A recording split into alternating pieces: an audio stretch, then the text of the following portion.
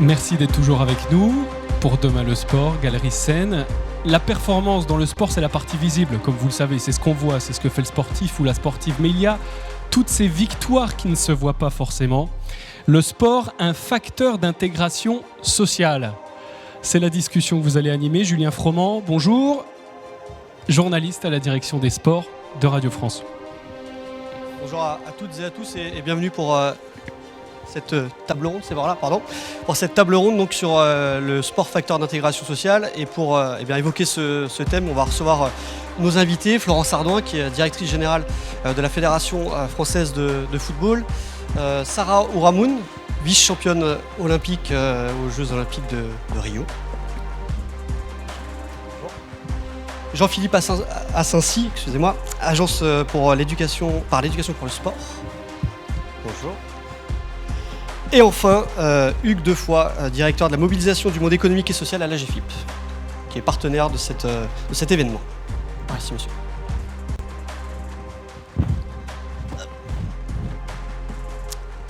Alors, pour débuter cette table ronde, je vais donner justement la parole à Sarah Ourahmoune, qui est en quelque sorte le grand témoin de ce débat, de cette table ronde. Est-ce que vous pouvez nous rappeler tout simplement votre parcours ?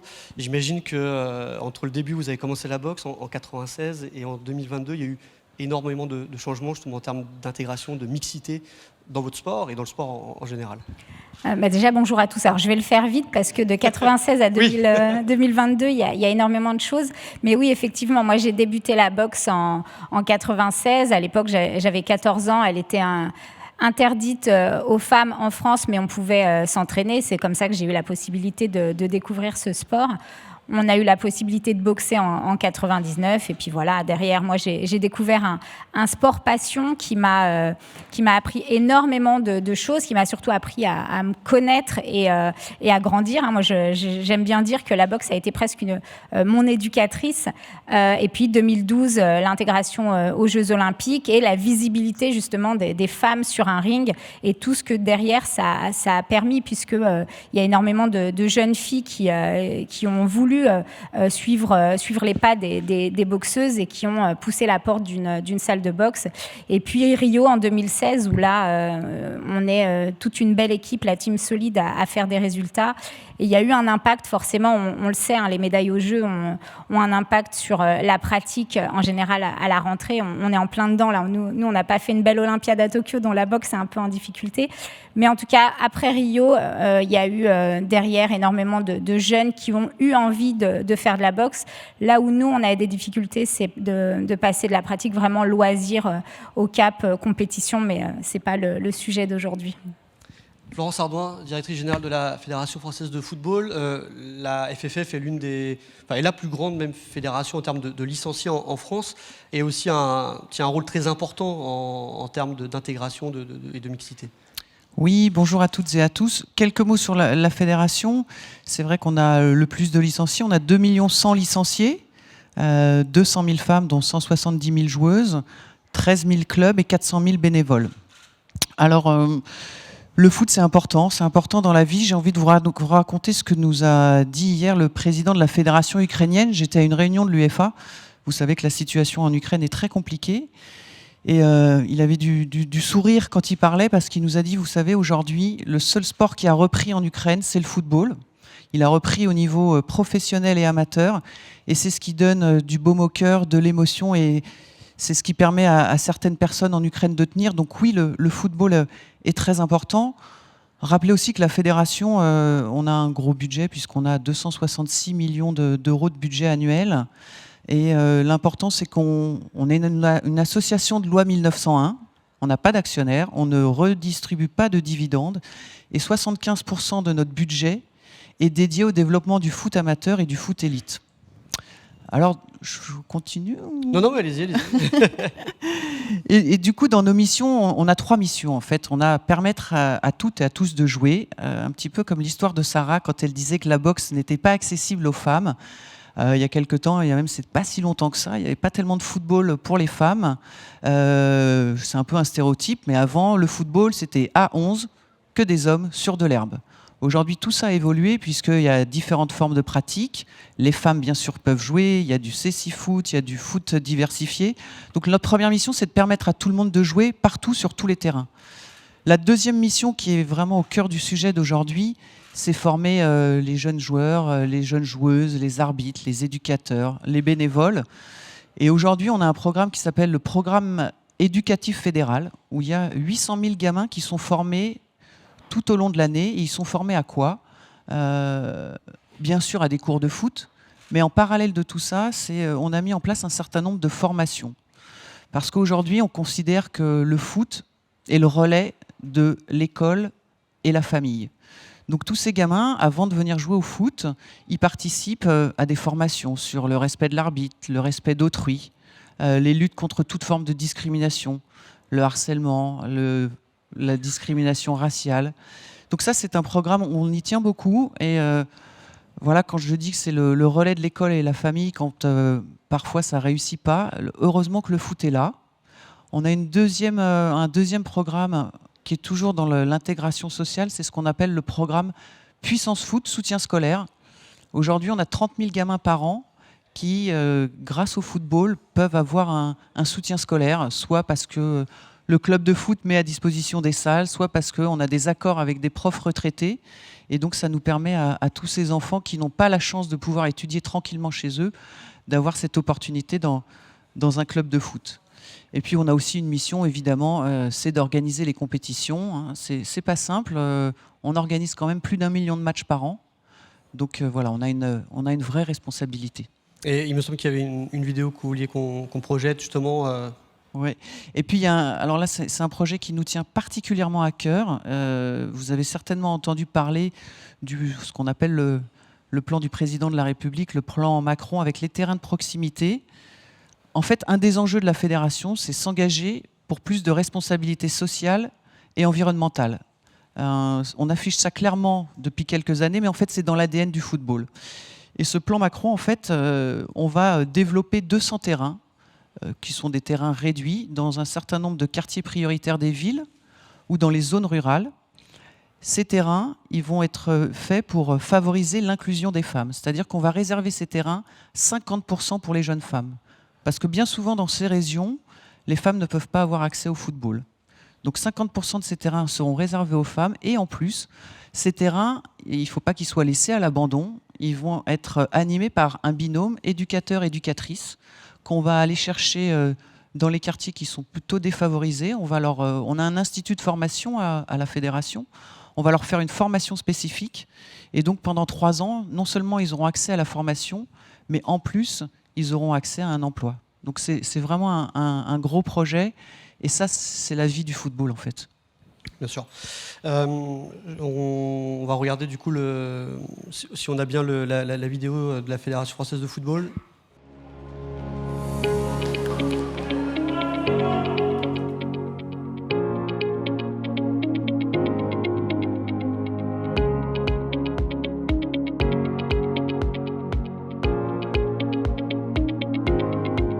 Depuis que je suis tout petit, j'ai toujours voulu être footballeur. À 10 ans, je sais pas, j'ai eu comme un déclic, j'ai voulu devenir professionnel. Chekina a 14 ans. Il a commencé à jouer dans le club de son quartier à Chartres. Il a ensuite passé des tests, puis intégré le pôle Espoir de Châteauroux, une structure d'élite qui forme les jeunes footballeurs au plus haut niveau. L'enchaînement, c'est trop lent. Il faut que ça aille plus vite. J'ai la réputation d'être sévère, mais on est un pôle espoir et on se doit d'être exigeant envers ces garçons-là. Je pense que les éducateurs, ils ont un apport très important dans la carrière des joueurs parce que c'est eux qui sont au commencement, c'est eux qui forment le joueur au début pour qu'il puisse rentrer dans un pôle espoir, rentrer dans un futur centre de formation. Plusieurs garçons ont signé dans les grands clubs, mais au quotidien, on n'arrête pas de le répéter. C'est pas parce qu'on a signé dans un grand club qu'on va devenir footballeur professionnel. Le chemin est encore long et semé d'embûches.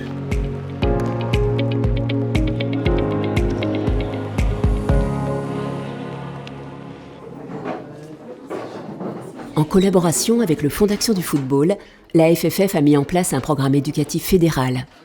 Il repose sur un triple objectif, sportif, scolaire et citoyen, pour donner le maximum de chances à ces jeunes de réussir.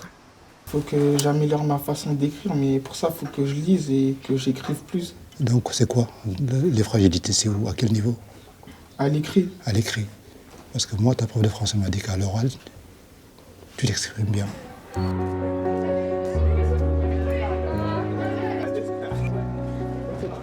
La Fédération française de football génère des chiffres d'affaires importants et on voit que l'orientation des fonds est très ciblée.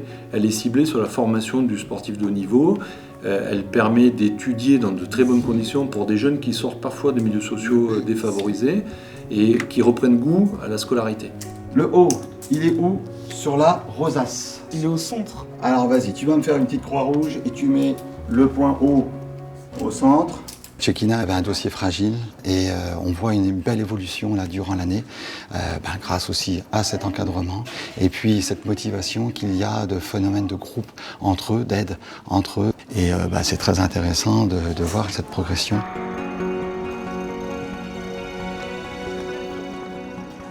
La Fédération française de football se veut être le relais de l'école et de la famille pour apporter à ces jeunes un soutien scolaire et transmettre les valeurs civiques nécessaires à leur réussite professionnelle.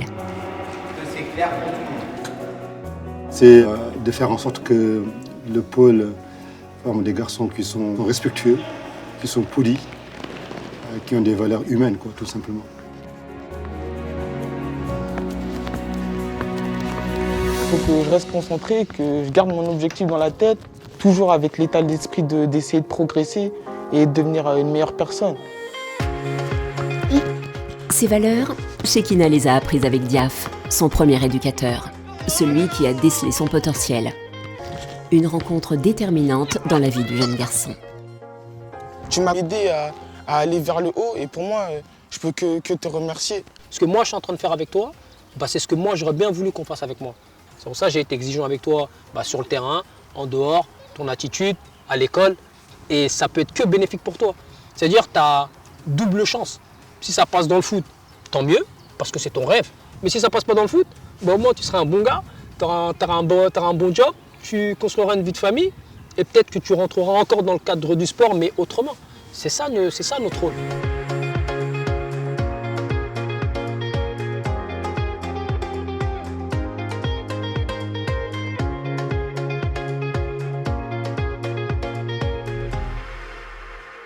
Voilà, pour devenir un bon footballeur, il faut être une meilleure personne, une bonne personne aussi. Et ils l'apprennent grâce aux éducateurs, notamment de la Fédération française de football. Jean-Philippe Assensi, vous avez créé en 1997 l'Agence pour l'éducation par le sport.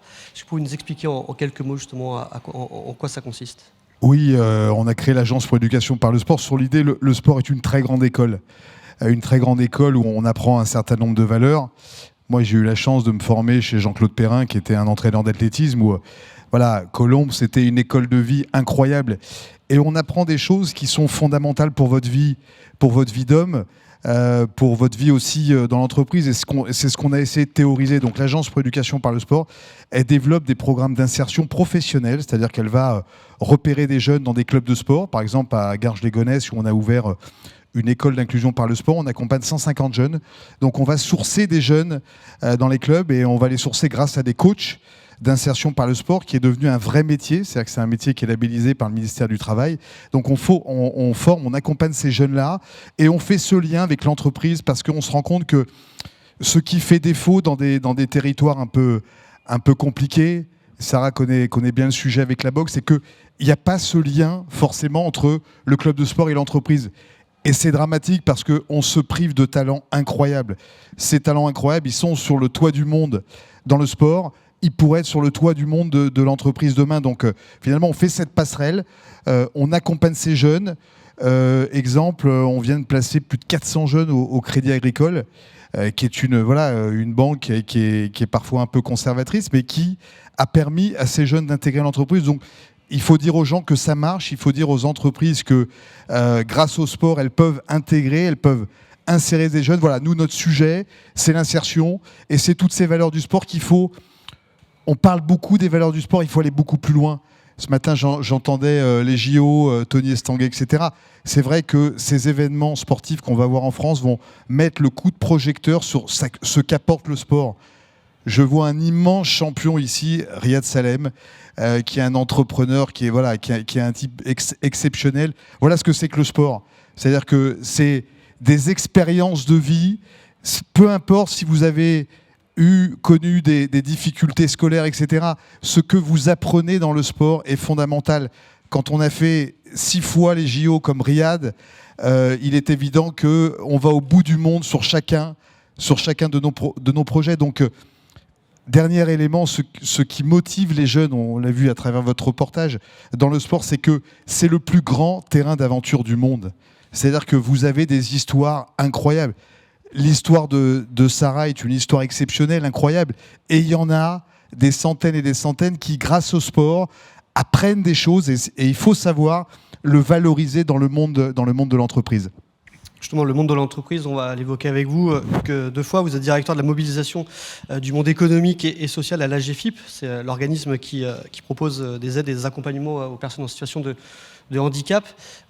J'imagine qu'avec les événements à venir, on peut penser à la Coupe du Monde 2023 de rugby ou bien évidemment les Jeux Olympiques et Paralympiques, vous aurez un rôle à jouer justement dans l'aide et l'accompagnement de ces personnes en situation de handicap. Oui, bonjour à tous. Alors effectivement, la GFIP, nous sommes le fonds de développement de l'emploi des personnes handicapées. On existe à partir de la loi de 87 qui installe en France donc une obligation d'emploi. Les entreprises ont une obligation à 6%. Si elles n'atteignent pas, elles contribuent. Ce fonds donc est utilisé pour faire simple, pour fabriquer des services, des dispositifs en direction des personnes et des entreprises, des aides aussi en direction des personnes et des entreprises, tout ça ayant pour but que les personnes puissent accéder à l'emploi et puis évidemment le conserver puisqu'on s'intéresse aussi aux problématiques de maintien dans l'emploi. Alors on accompagne aussi concrètement des entreprises pour justement faire en sorte que eh bien, elle structure une politique et qu'elle soit attentive donc à ouvrir leurs portes et à être inclusive. Alors évidemment, ce que j'entends là, ça fait évidemment tout à fait écho à notre activité. Et puis vous pourriez me dire, mais finalement, le lien entre le sport et tout ça, il est assez évident puisque le sport est porteur de valeurs, ça vient d'être dit. Ça cause évidemment aux entreprises. Vous l'avez dit, il y a des grands événements sportifs qui se préparent. Alors, on est, je dirais, concerné en tant qu'AGFIP à plusieurs titres. Alors d'abord, il faut souligner que Paris 2024, c'est aussi un employeur. Et donc, et quand on organise les Jeux olympiques et paralympiques, JOP, eh ben, on a évidemment une attention particulière à embaucher aussi des personnes en situation de handicap. Il y a 150 000 emplois qui vont être mobilisés autour de ces Jeux.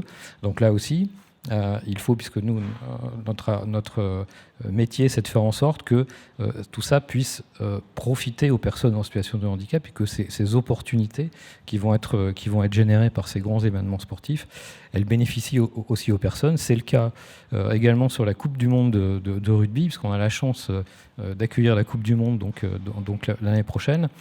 Il y a des programmes de qualification pour justement qualifier des personnes sur les métiers sportifs d'encadrement pour aller travailler dans des clubs, puisqu'on imagine bien qu'un tel événement, ça va susciter de l'engouement et que donc il va falloir aussi renforcer la capacité c'est pareil j'imagine dans le foot, renforcer la capacité des structures à accueillir des personnes. Et ben, donc ça crée des métiers et donc on va faire en sorte que ça crée aussi des métiers pour des personnes en situation de handicap et qu'elles en bénéficient. Sur les Jeux olympiques, il y a une question autour des volontaires. On en parlait hier avec Tony Estanguet. Il y a des ambitions très fortes sur le fait qu'il y ait énormément de volontaires, 3000 volontaires en situation de handicap parmi l'ensemble des volontaires. Donc la GFIP, elle va se positionner aussi pour faire en sorte que dès lors qu'il y a un besoin particulier à satisfaire pour un volontaire ou pour une personne qui va être concernée justement par une qualification sur un métier, voilà, pour aller travailler dans l'organisation, pour aller travailler sur les métiers du tourisme, de la sécurité, enfin tout ce qui est nécessaire à l'organisation de ces événements. On est là pour faire en sorte que le parcours soit consolidé, entre guillemets, et que ça fonctionne bien pour les personnes en situation de handicap. Sarah ou Ramon, est-ce que vous diriez que c'est toujours un combat de parvenir à inclure plus de mixité, plus de personnes dans la société, et que le sport justement est un des vecteurs essentiels pour y parvenir? Alors, le sport est un vecteur essentiel. Effectivement, il y a toujours cette nécessité de faire bouger les lignes.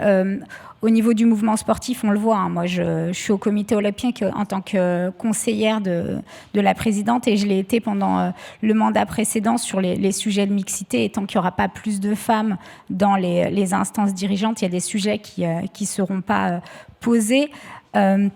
Moi, j'ai toujours été convaincue que le sport était un super outil, et c'est aussi pour ça que j'ai voulu m'engager au-delà de ma carrière de sportif, en développant plein d'actions, des programmes, en m'engageant dans les instances dirigeantes. Aujourd'hui, j'utilise vraiment la boxe comme outil d'éducation, d'insertion, de développement personnel. Peut-être à la différence de Jean-Philippe, je suis sur un autre public. J'ai mon association, donc la Boxer Inside Academy. On va vraiment cibler des jeunes de 7 à 17 ans. Donc on intervient très tôt, justement pour les aider à éviter d'être ce qu'on appelle les invisibles de la République, essayer d'ancrer très tôt des valeurs. On sait que le sport rend intelligent. Il y a plein d'études qui le prouvent. Il y a un impact chimique important sur le cerveau qui permet aux jeunes de vraiment travailler sur des fonctions exécutives, sur l'adaptation, l'agilité, la concentration. Ça favorise les apprentissages. Donc tout ça, faut pouvoir le valoriser. C'est vrai qu'aujourd'hui, c'est pas mesuré, donc c'est compliqué de le mettre en avant. Mais voilà, moi j'y crois énormément, et c'est aussi pour ça que j'encourage vraiment les parents, les enfants à faire une activité presque quotidienne.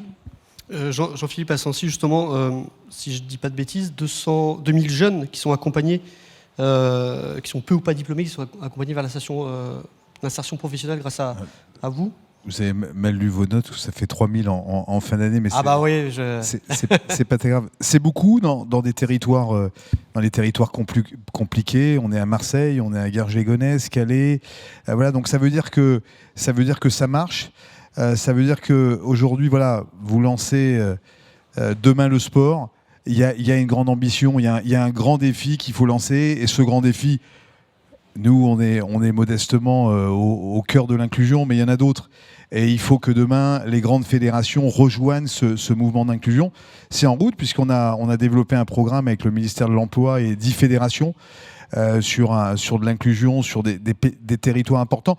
Le sport est sans doute demain, le sport, c'est sans doute un territoire de recrutement des jeunes hors normes. Parce qu'un coach, c'est certainement une des personnes qui connaît le mieux ces athlètes, et qui est en capacité de vous dire, vas-y, ce jeune-là, tu peux y aller, tu peux avoir tu peux être sûr qu'il va s'engager. Donc moi, j'invite l'ensemble des clubs de sport, l'ensemble des fédérations, pour créer une espèce de mouvement, cette espèce d'équipe de France de l'inclusion par le sport, pour que le sport devienne aussi un territoire d'inclusion. Ça peut générer des emplois, on le disait, sur la boxe. Ça peut permettre à des éducateurs de compléter leur salaire. Donc, il faut lancer cette grande dynamique. Et croyez-moi, il y a déjà beaucoup de choses qui sont faites. On en parle assez peu, et c'est bien d'en parler aujourd'hui. Voilà, nous, on est prêts à tous les acteurs qui souhaitent s'engager. Et les entreprises, il y a beaucoup d'entreprises qui aujourd'hui recherchent des jeunes. Il y a beaucoup d'entreprises qui sont prêtes à recruter des sportifs, qui le font dans d'autres secteurs, mais c'est encore insuffisant. Je terminerai en disant que quand on voit l'état du mécénat dans le sport par rapport au mécénat culturel, on va accueillir les JO, on pourrait lancer un grand mouvement au niveau des entreprises pour qu'il y ait beaucoup plus d'implication d'entreprises sur ces projets d'inclusion, ces petites initiatives, ces grandes initiatives. Voilà, allons-y. Vous parliez des grandes fédérations, ça tombe bien à côté, vous avez la directrice générale de la Fédération française de football, Florence Ardouin. Comment vous réagissez à ce que dit... J'osais pas lui demander. Bah voilà. On est 100% d'accord avec vous, surtout que nous, c'est très délicat. Si je vous prends un chiffre, sur 100 000 gamins qui ont 8 ans, il n'y en a que 3 qui arrivent en équipe de France et 200 qui sont pros. Donc vous voyez la responsabilité qu'on a. Parce que vous voyez le foot avec... tout le monde veut être un grand joueur, mais malheureusement, tout le monde ne peut pas l'être. Donc notre première responsabilité, c'est de les former. de faire en sorte que quand ils vont dans des centres de formation ou des pôles espoirs, ils aient le bac. C'est déjà le b.a.-ba quand même, pour avoir une formation pour qu'ils puissent après accéder à l'emploi. On est à peu près à 95% de réussite au bac, donc ça c'est bien. Et puis on a créé aussi notre institut de formation. Donc on a créé nos propres diplômes où justement là on a plus de 39 000 éducateurs et cadres techniques. Ça donne du sens aussi à ces personnes-là. On travaille beaucoup, mais moi je serais ravie de travailler avec vous. On a aussi avec nos partenaires, on essaye de leur trouver des stages, parce que ça aussi, moi qui ai été sportif de haut niveau, j'ai eu de la chance d'être dans un grand groupe qui m'a permis de faire des études et mon sport en parallèle, et je pense que les sportifs, on a besoin de ça. Parce que c'est aussi un équilibre de vie pro-perso. Donc on travaille avec pas mal de nos partenaires pour que justement ils puissent aussi avoir des stages pour un certain nombre d'entre eux, et ça fait partie aussi de notre responsabilité, mais avec plaisir pour travailler avec vous.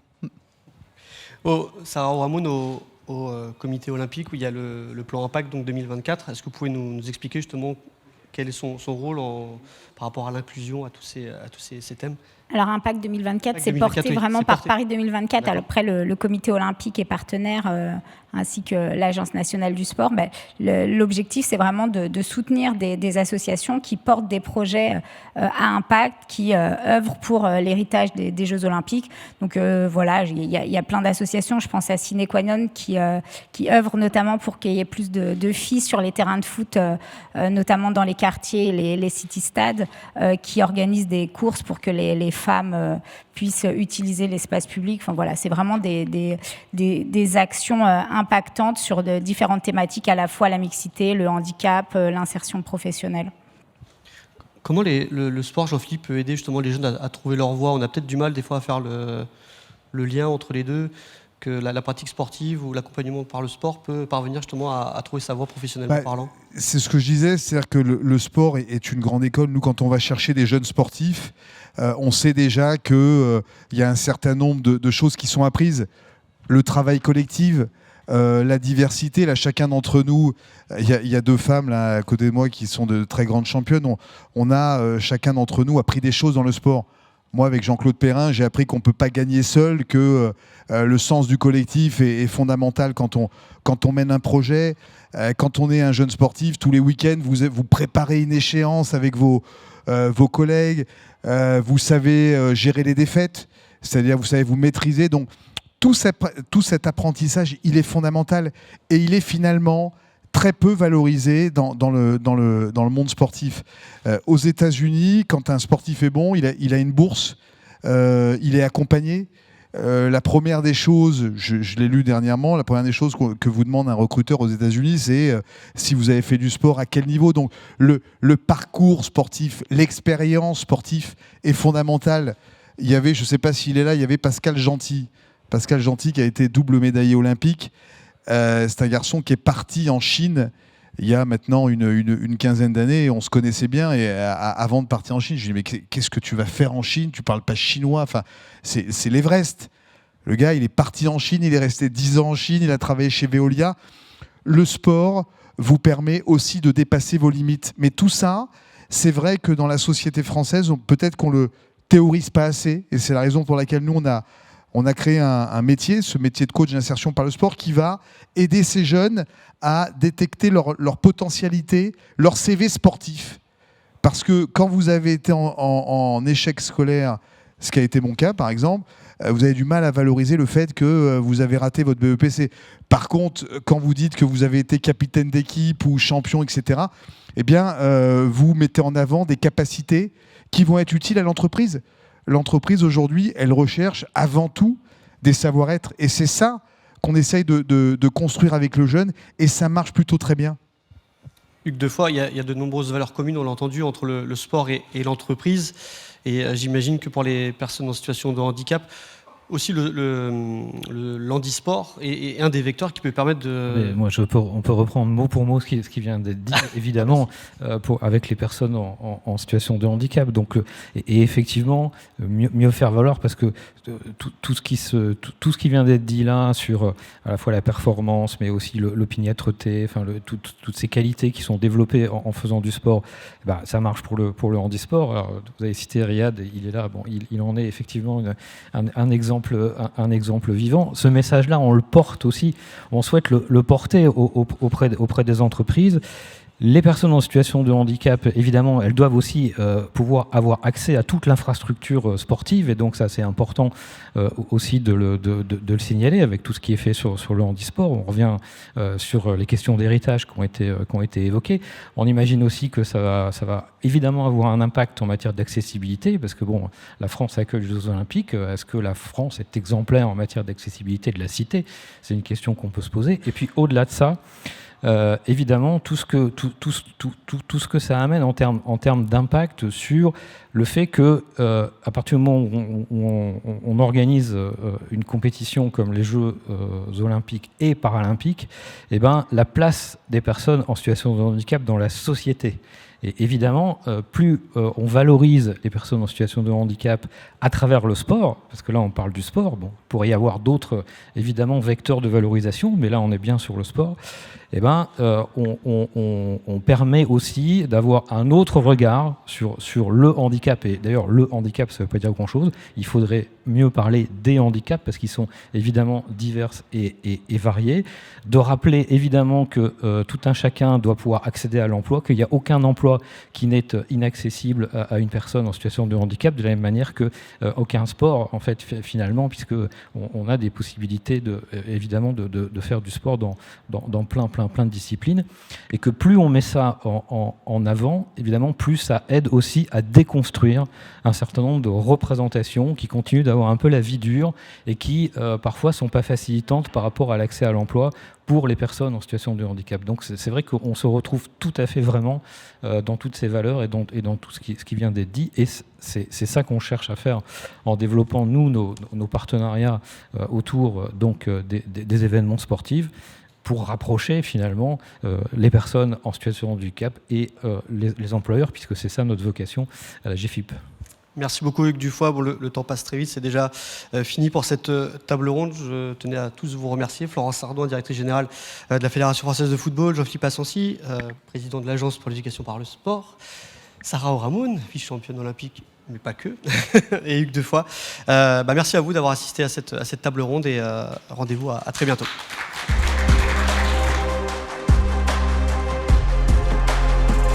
Julien Froment de la direction des sports de Radio France, merci pour ces échanges passionnants.